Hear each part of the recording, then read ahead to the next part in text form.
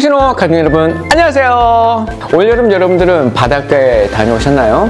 바다에는 해변가에 별 모양의 생명체들이 곳곳에 있는데요, 그것을 우리는 불가사리라고 부르지요. 그런데 불가사리는 원래 삼국시대의 하나인 백제의 전설에서 쇠를 먹는 귀신으로 등장합니다. 원래는 설철이라고 했는데요, 생긴 모양이 아주 특이하다고 합니다. 곰같이 생겼다는 거예요. 코는 코끼리의 그것이고, 눈은 코뿔소의 눈, 소의 꼬리에 범의 다리를 했다는 그 전설의 귀신, 그것이 바로 불가사리라고 했답니다. 이 상상의 동물은 능히 쇠를 먹고 사기는 사기를 북돋운다, 그 사기가 아니가요, 사악한 기운을 이야기합니다.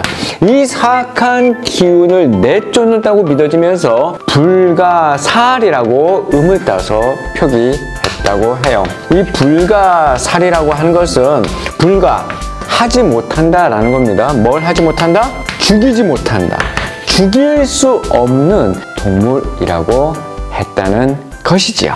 우리나라에 킹콩을 비롯해서 일련의 고대 동물 혹은 상상의 동물이 주제로 된 공포 영화가 들어오던 때가 있었습니다. 어쩌면 현대인들의 스트레스를 가셔주는 그런 구실을 했던 것이겠죠. 그 영화의 광고를 본 시골 사람들은 어이쿠, 저게 서양 불가사리 모양이구만 하고 탄성을 바라기도 했다고 하네요. 자, 불가사리는 생긴 것도 무섭거니와 하는 짓 또한 공포의 찬짓이라고 여겨졌습니다. 특히 백제에서의 그 불가사리가 더욱 무서운 존재가 된 데는 그만한 내력이 있었어요. 삼국을 통일하겠다고 하는 그 야심에 불타 있었던 김유신 장군을 여러분 아시죠? 백제나 고구려의 그 내정에 취약한을 도모하는 길에 집중할 수밖에 없었어요.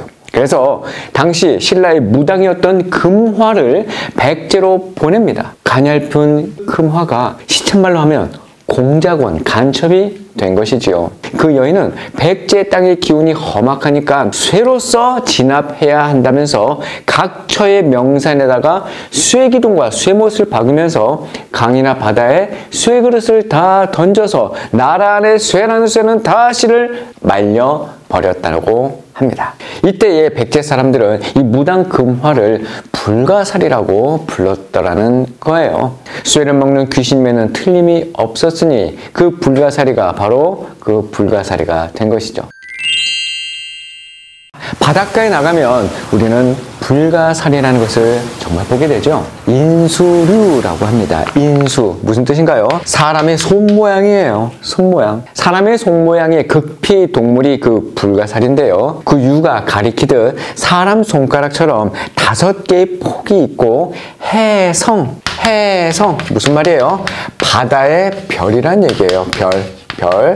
그 바닷가에 있는 이 별이라는 별명과 같이 별 모양을 하고 있습니다. 불가사리는 생겨먹은 것도 정말 괴상하거니와 갖가지 바다에 있는 어족을 다 먹어치운다고 해서 불가사리와 이름이 같게 된 것이죠. 불가사리는 해양 생명체들 중에서 그 무엇도 감당할 수 없는 불가살 같은 존재였다는 것이죠.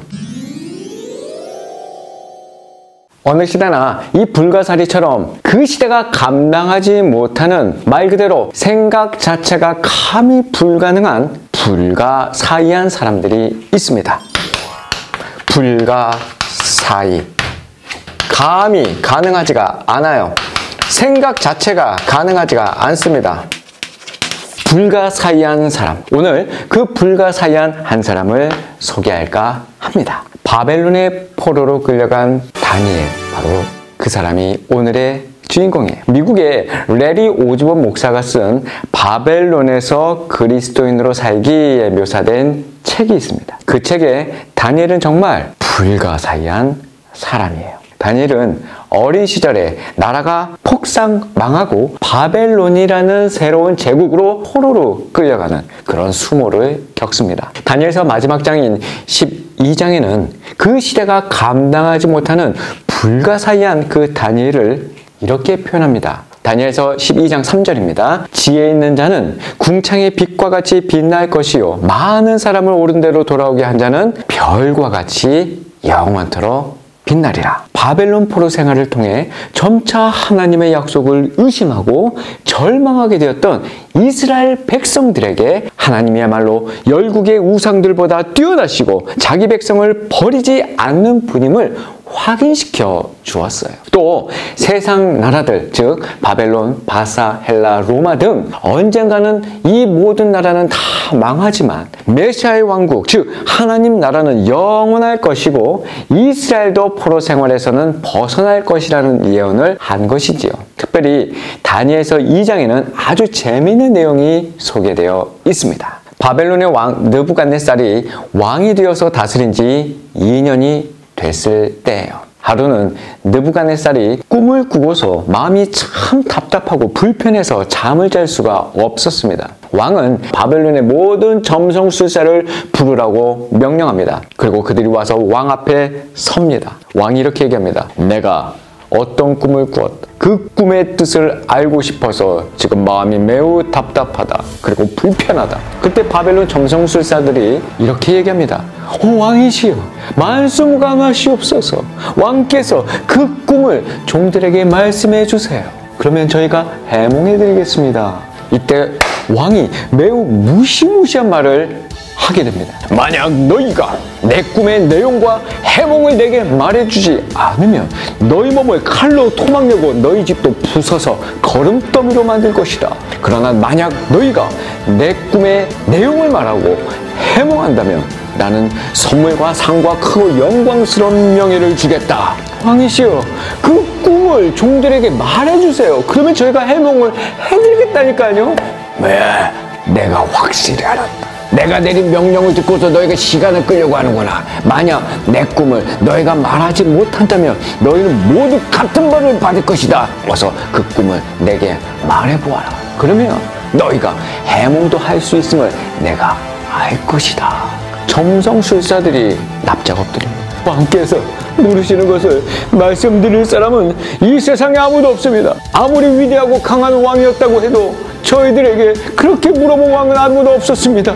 왕께서는 너무 어려운 일을 물으시는 겁니다. 이 말을 듣고 왕은 크게 화를 냅니다. 바벨론의 모든 지혜자들을 죽여버리라고 명령을 하지요. 지혜자들은 다 죽게 됩니다. 사람들은 다니엘과 그 친구들도 죽이려고 찾아옵니다. 그때 다니엘이 지혜롭고 슬기로운 말을 합니다. 자기에게 시간을 주면 자기가 왕에게 해몽해 주겠다고 말이죠. 그리고 나서 다니엘은 집으로 돌아와 새 친구인 하나냐, 미사엘, 아사리아에게 이 일을 알려줍니다. 그리고 다니엘은 친구들과 이 문제를 앞에 놓고 하늘에 계신 하나님께 기도해요. 마침내 그날 밤 그들은 환상을 보고 그 꿈의 비밀을 알고 하나님을 찬양합니다. 그리고 왕 앞으로 나갑니다. 다니엘이 왕에게 당당히 말합니다. 왕이 꾸신 꿈을 말씀드리겠습니다. 왕께서는 어떤 커다란 신상을 보셨습니다.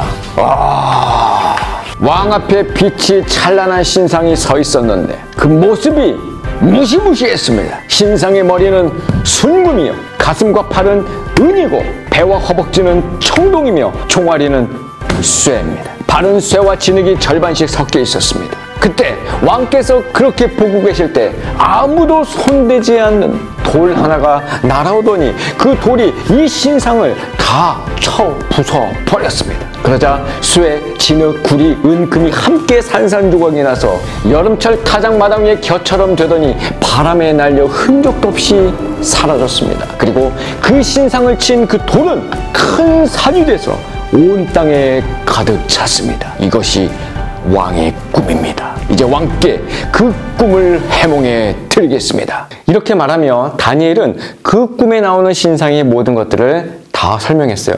이 머리는 아까 금이라고 했죠. 바로 어떤 나라? 당시의 그 나라, 그 제국 바벨론을 의미하는 거였어요. 두 번째, 배와 팔, 이것은 은입니다. 금, 은, 동 생각하면 되는 거예요. 이것은 바벨론을 무너뜨린 바사, 페르시아, 바사, 메대를 이야기하는 겁니다. 그리고 이 배와 허벅지, 동, 이 동은 바사도 무너뜨렸던 그리스, 헬라 제국을 의미하는 것이죠. 그리고 이 종아리는 쇠, 철이죠. 바로 로마를 의미합니다. 로마 제국. 그리고 발은 쇠와 진흙을 의미합니다. 바로 분열된 왕국을 의미하죠. 그리고 아무도 손대지 않는 이 돌 하나, 뜨인 돌, 이 뜨인 돌이 가리키는 것은 바로 메시아, 예수 그리스도의 그 나라, 예수님을 가리키는 것이죠. 이 모든 것을 다니엘은 다 설명했어요. 다니엘로 하여금 바벨론의 모든 지역을 다스리게 했고 바벨론에 사는 모든 지혜자들의 어른으로 삼았어요. 이처럼 다니엘은 지혜자 중에 지혜자였어요. 왜냐하면 그는 지혜의 근원이신 하나님을 경외하는 사람이었기 때문입니다. 2000년 전 동방의 지혜자들이었던 동방 박사들이 하늘의 별을 따라 베들레헴 마국간까지 갔던 것을 기억하시지요? 그들은 하늘의 별, 진정한 우리의 스타이신 예수님을 경배하기 위해 그렇게 유별난 여행을 했던 것입니다. 진정한 지혜는 찬란하고 밝은 하늘의 별, 우리 예수님을 아는 것이에요. 그분을 따르는 것입니다. 그리고 그 예수님께로 많은 사람들을 이끄는 사람은 하늘의 별처럼 영원히 빛날 것이랍니다. 다시 한번 다니엘서 12장 3절을 읽겠습니다. 지혜로운 사람은 하늘이 밝게 빛나는 것처럼 빛날 것이고 많은 사람들을 의로 이끄는 사람은 별처럼 영원히 빛날 것이다. 불가사리가 바다의 별, 혜성이라고 한다면 세상이 감당하지 못하는 다니엘은 불가사의한 천성 하늘의 별이라고 할까요? 청신호 가족 여러분, 별처럼 빛나는 인생이 되시기를 축복합니다. 다음 시간에 만나요.